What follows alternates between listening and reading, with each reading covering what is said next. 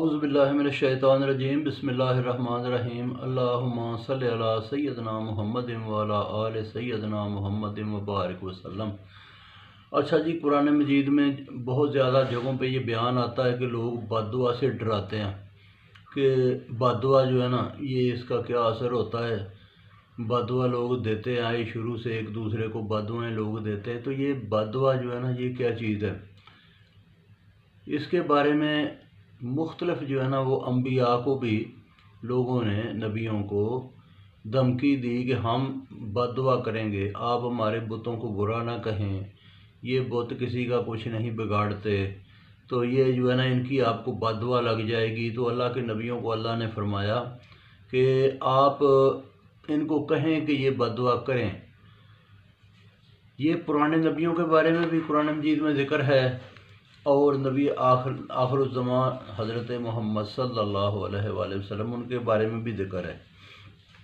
جس طرح قوم عاد نے کہا تھا کہ ہم بد دعا کریں گے، تو اللہ تعالیٰ کے نبیوں نے کہا کہ ٹھیک ہے جی، کریں بد دعا، کچھ بھی نہیں ہوگا۔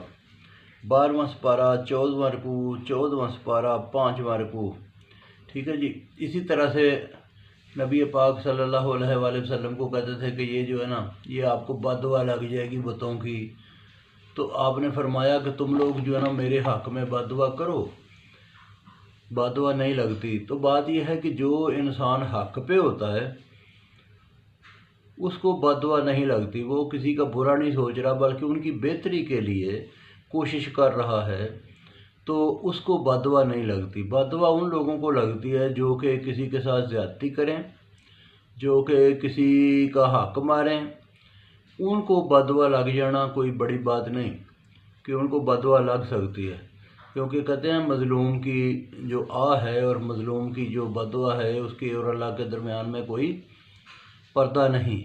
لیکن یہ ہے کہ اگر کوئی بہتری سوچ رہا ہے، جس طرح سے ٹیچر بچوں کو مارتا ہے یا بچوں کو کھینچتا ہے، ڈانٹتا ہے، تو اس کو بد دعا نہیں لگتی۔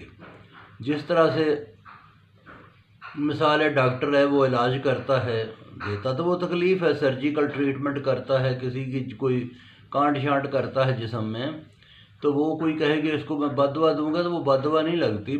جو بہتری کے لیے کام کر رہے اس کو بد دعا نہیں لگتی۔ تو عام حالات میں بھی اگر نیت صاف ہے تو بد دعاؤں سے ڈرنا نہیں چاہیے۔